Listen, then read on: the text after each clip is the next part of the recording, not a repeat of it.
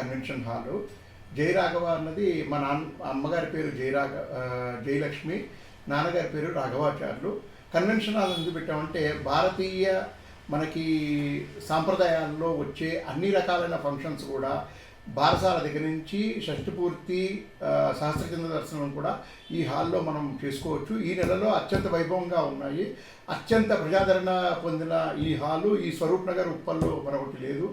అన్ని రకాల సౌకర్యాలు కూడా ఈ హాల్లో మనకి ప్రత్యేకంగా కల్పించబడింది. హాల్లో ఏదైనా ఫంక్షన్ చేసుకునే గెస్ట్ వారికి తగ్గట్టుగా ఈ హాలు అమర్చబడి ఉంది. అంటే లోపల డెకరేషన్స్ కానివ్వండి, కస్టమైజ్డ్. ముఖ్యంగా మన హాల్ ఏంటంటే ఏసీ హాలు. ఫస్ట్ ఫ్లోర్ వచ్చేసి మనకి కన్వెన్షన్ హాల్ ఏసీ హాలు, తర్వాత సెకండ్ ఫ్లోర్ వచ్చేసి డైనింగ్ హాల్, కిచెన్ అటాచ్డ్ ఉన్నది. తర్వాత పైనేమో మనకి గెస్ట్ కావాల్సిన రూమ్స్, సింగిల్ బెడ్రూమ్ అకామిడేషన్స్ కూడా ఉన్నాయి. ఈ చుట్టుపక్కల కూడా షెడ్తో ఉన్న హాల్స్ ఉన్నాయి, కానీ మనకి ఇలా కాంక్రీట్గా అన్ని సౌకర్యాలు ఉన్న హాల్ ఇదే అని మనకు ప్రత్యేక. గోకులం శ్రీకృష్ణాష్టమి అనండి.